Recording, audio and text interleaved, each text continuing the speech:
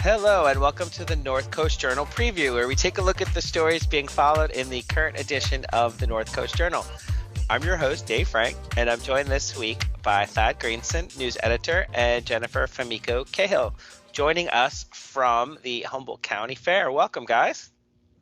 Hey, Dave. How you doing? How you doing, Dave? Pretty good. Jen, you look like you're having fun out there, and this is pretty cool. I am in my natural element. I am surrounded by fried food. Oh, damn. All right. Well, I can't wait to hear about your adventures. You're taking one for the team out there for us. We're glad you're there, although you're going to make us hungry, I already know.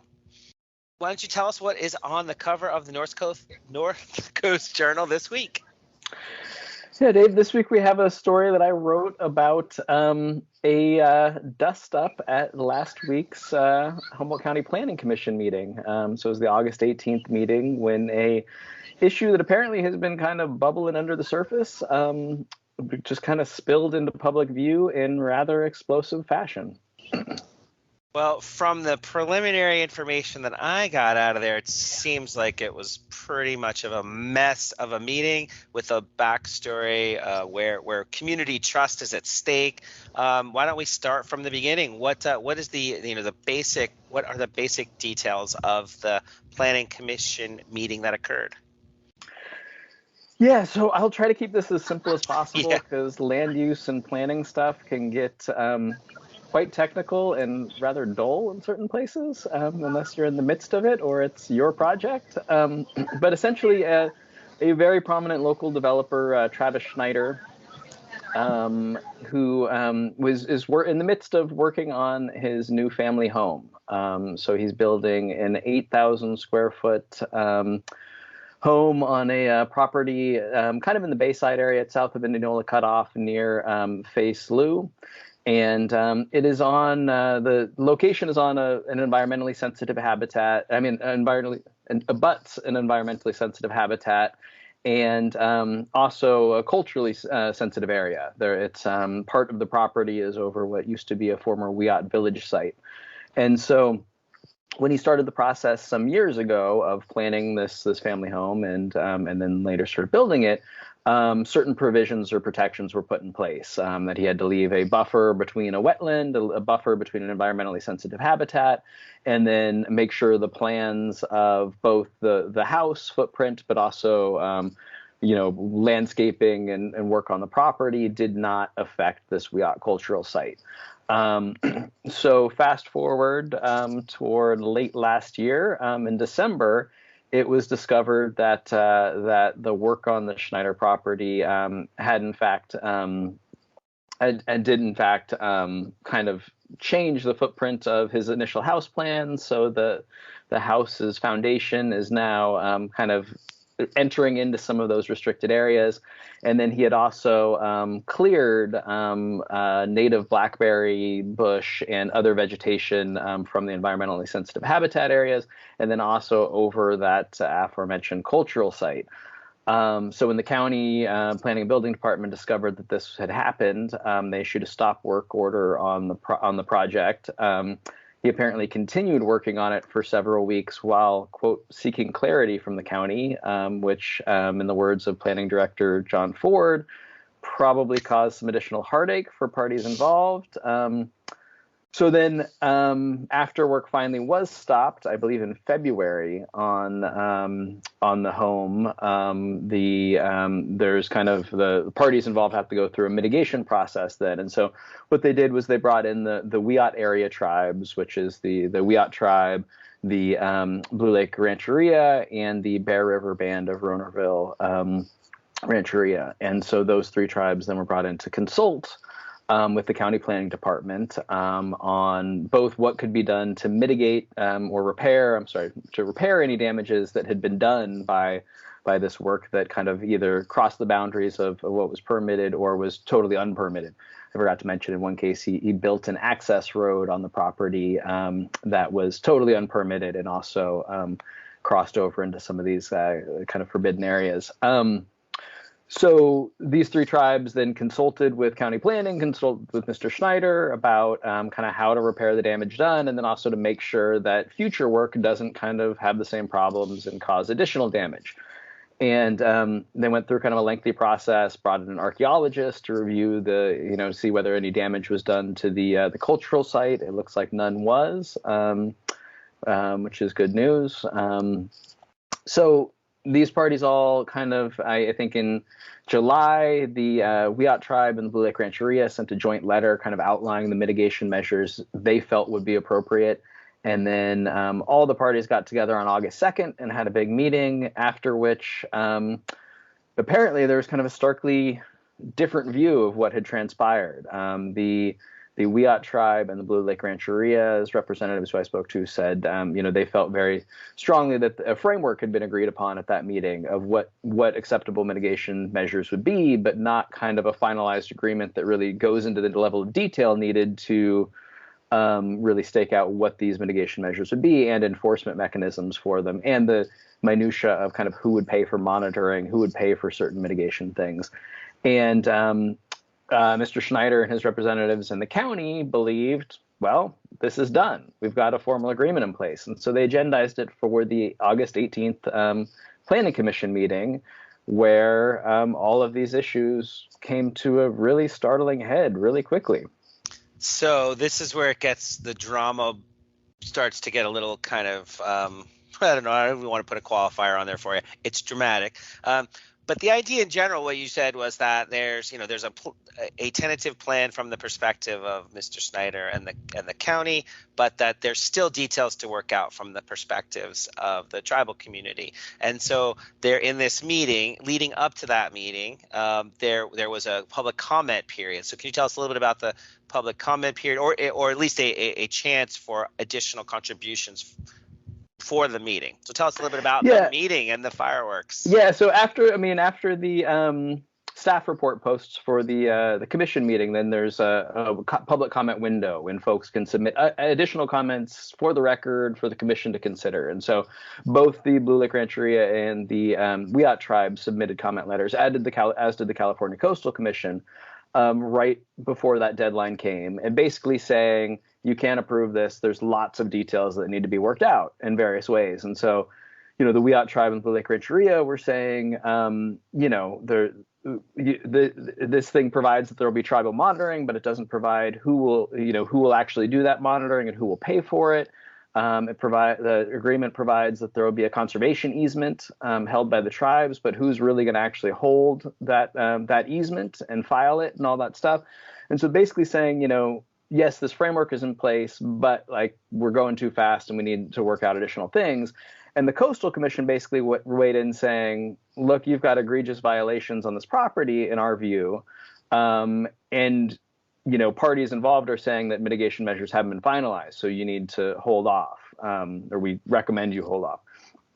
So these came in right before the meeting, which greatly upset apparently some members of the Planning Commission, but also the applicant, Travis Schneider.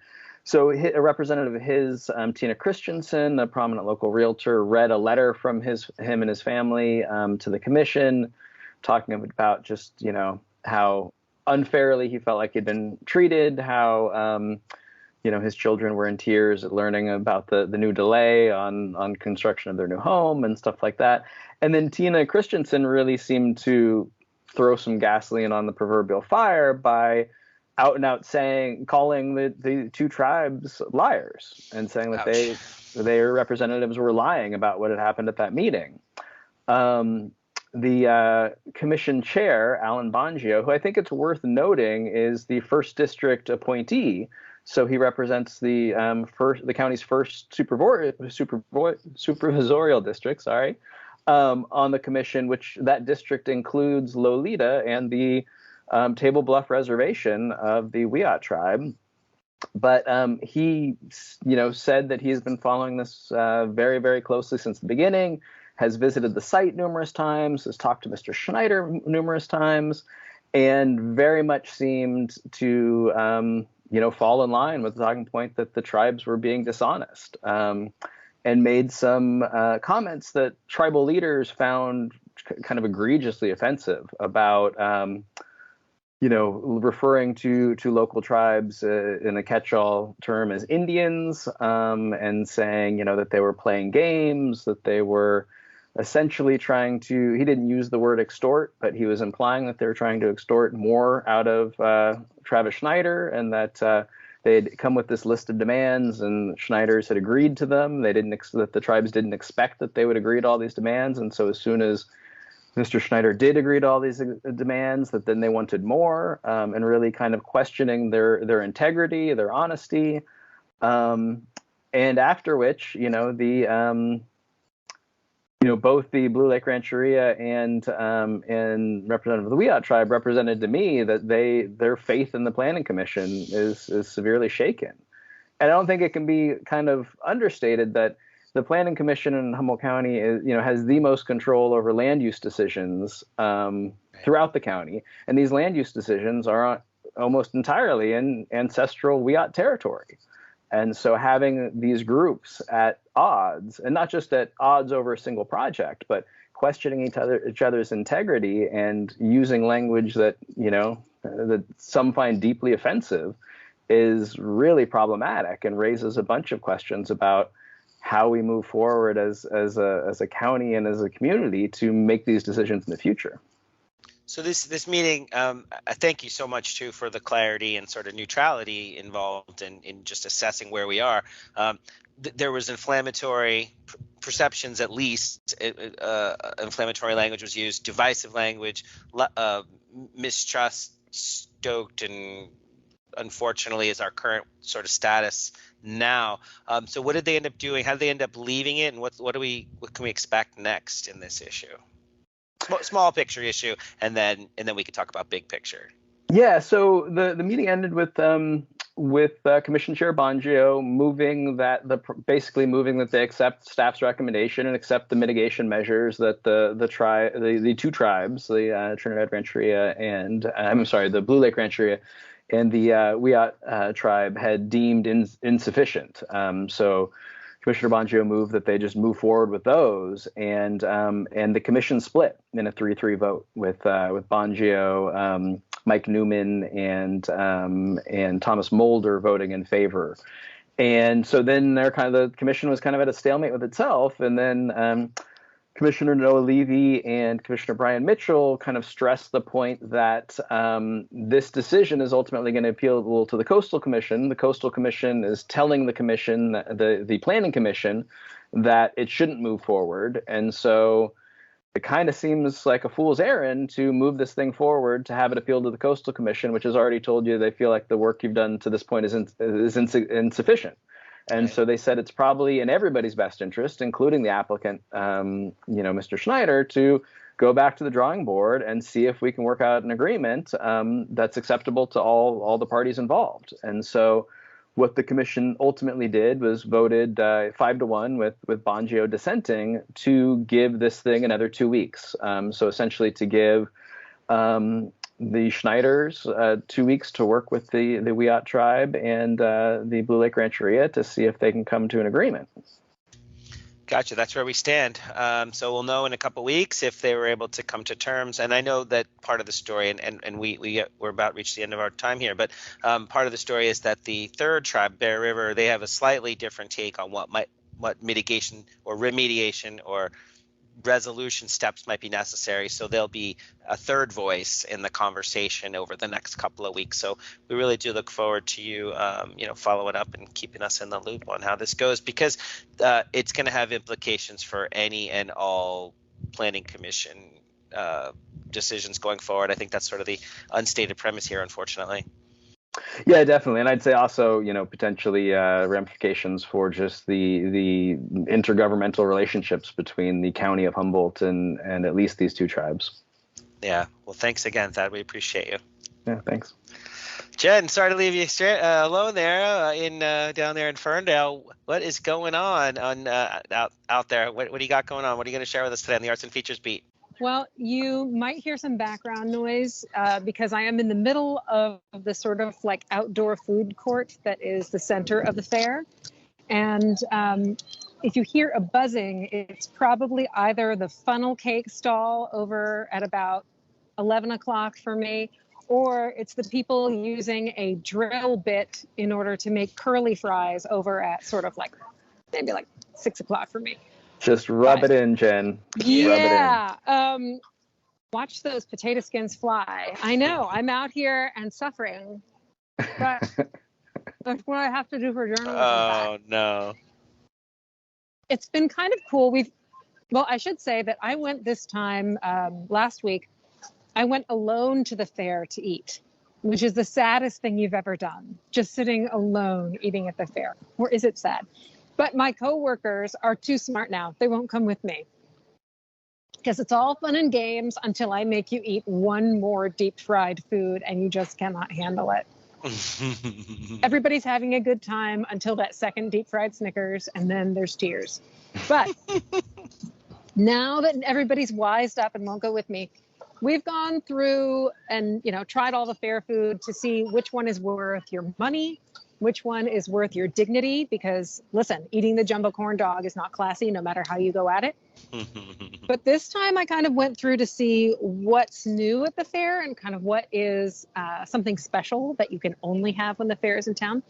Of course, funnel cakes and cotton candy, obviously. Deep fried Oreos, obviously. Everybody knows this.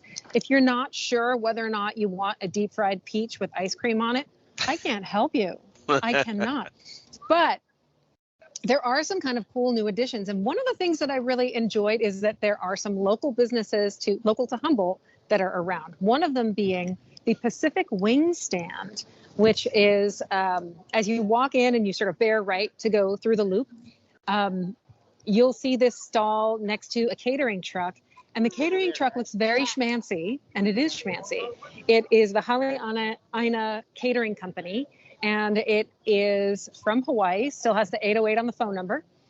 And they have a stall that they've run at the Redwood Acres Fair and the Redwood Acres, I think it's Best of Humboldt Fair. And now they're here at the county fair for the duration. And they are doing Pacific Rim specialty, which includes, wait for it, salad. What? You can get a salad at the fair. I know. Not me. So, yeah, well, you might though, because there's kind of cool Hawaiian Asian fusion happening. And so you might be tempted. The wings that I had, because yes, okay, I didn't have the salad.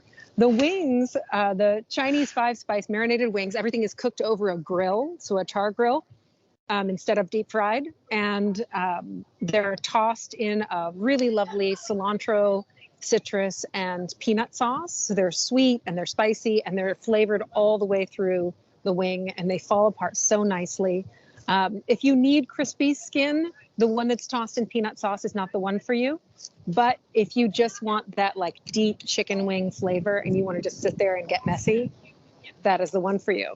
It's also exciting, speaking of chicken, Fat Ann's, you may recall, used to have a brick and mortar restaurant, and they've now shifted to a private event and catering at that location. They have temporarily taken up residence in the turf room and are turning out these. That looks good. Yes, it's fried chicken, aioli, and bacon on a homemade biscuit roll, which you can watch. Yes. You can watch Tevin Fisher rolling out the dough and making biscuits all day. And as you're standing there waiting, it's sort of mesmerizing to watch someone make biscuits. It's just lovely. So they're set up in the turf room.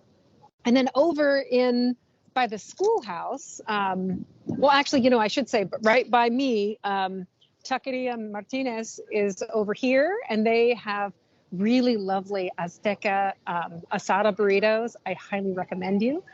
And they've got a trompo for pastor going. It's just turning there right at eye level. I dare you to walk past it and not order pastor from them. Also, the Big Island Kind truck, I think you can see probably over my shoulder. and they have poke going, and Patches. You may recall Patches Pastries, formerly of Northtown Coffee. You can still get the pastries, I believe, at Northtown Coffee, but he used to have his bakery shop in there. In fact, he has moved, expanded, grown into a new space in Friendship Square, which is right over by the schoolhouse. And if you kind of go into that little corner, that little nook in the fair, you can see Patch's permanent new home, where he is making, among other things, I think in the paper I included the dulce de leche covered churro waffle. Yeah, that's nuts. Yeah, it was. Yeah, and when I say there is lemon pound cake, look at the lemon pound cake. It's like a pound. It is delightful. It's so beautiful. And there are massive, wonderful chocolate chip cookies. Look at this. You ever get a chocolate chip cookie where there's no chip? You just get one and it's just empty. This will not happen to you, I promise. So there's kind of all wonderful, crazy fried sausage sandwiches. There's wait. I did talk about the fried cheese. So Jen, yes. you kind of saved for me one of the comfort foods on the top shelf. I heard you say sausage, and then you kind of kept going. I'm sorry, share. Jersey. You gotta share. I know your Jersey heart is growing 3 sizes because there is a stall that has Italian sausage and pepper on a roll. Recently I posted on Facebook a picture of an Italian sausage on a roll sandwich with, onions and peppers. And everybody was like, oh, why don't you try the one at so-and-so? They use an andouille. No. Or, oh, this place has one where they slice that. No. Right. I am only interested in a whole sausage with peppers and onions fried on a flat top on an Italian roll. Is this an Italian roll? It is not. Oh. But it is the closest I can get. A whole sausage, all shiny, and you bite into it, and you have that fear of is grease going to go everywhere? That's the feeling you should have. You should be a little bit scared for your shirt. You're talking my language, sister. It's delightful. Yes. Again, if you brought your own Italian roll, I would stand up for you. Somebody wants to fight you, I'm right behind you. And there's also, I wrote about the cheese on the stick. I don't recommend the cheese on the stick. It is not the cheese you want on the stick. It actually made me appreciate the genius engineering of mozzarella sticks all the more, and halloumi cheese and cheese curds that are fried, actually, which you can get at Fat Anne's. It's just too mushy. It just doesn't have the flavor. It's not as decadent as you want it to be. Like when you're eating fried cheese, I want to feel like, if my life flashes before my eyes right now, I'm okay with it. That's how I should feel. But there are many delights to be had at the fair. There's, of course, the ice cream shop that is always there. There's the smell of kettle corn in the air. It's great. And actually today there is the smell of chili in the air because the Guy Fieri Big Brothers Big Sisters chili cook-off is happening just that way in the grandstands. And already I was visiting some of the booths where people from Six Rivers Brewery, Bless My Soul, and a bunch of other businesses, and Southside Mike's is there. All these people are there, including the California Conservation Corps. They have a booth, and awesome. They've got these giant vats full of chili that they are stirring with essentially paddles, and it's very exciting. I'm really looking forward to seeing what they turn out. And I did notice the guy from Ace Hardware in Henderson Center is alone. He's just fighting the chili battle alone. No team, one-man show. It's fascinating. It's impressive. So thank you for taking one for the team, going down and trying all the wares. This is you know me. I'm pretty jealous. I don't get jealous very often, but I'm glad you had fun. You can come down. I'll save you a seat. I'm pretty Save close you some fries. I'm pretty close to mile marker 1 down in the Florida Keys right now. I'm as far away as I can be. But otherwise, I'd be there with you. I'm there with you in spirit. Next time. Next time, indeed.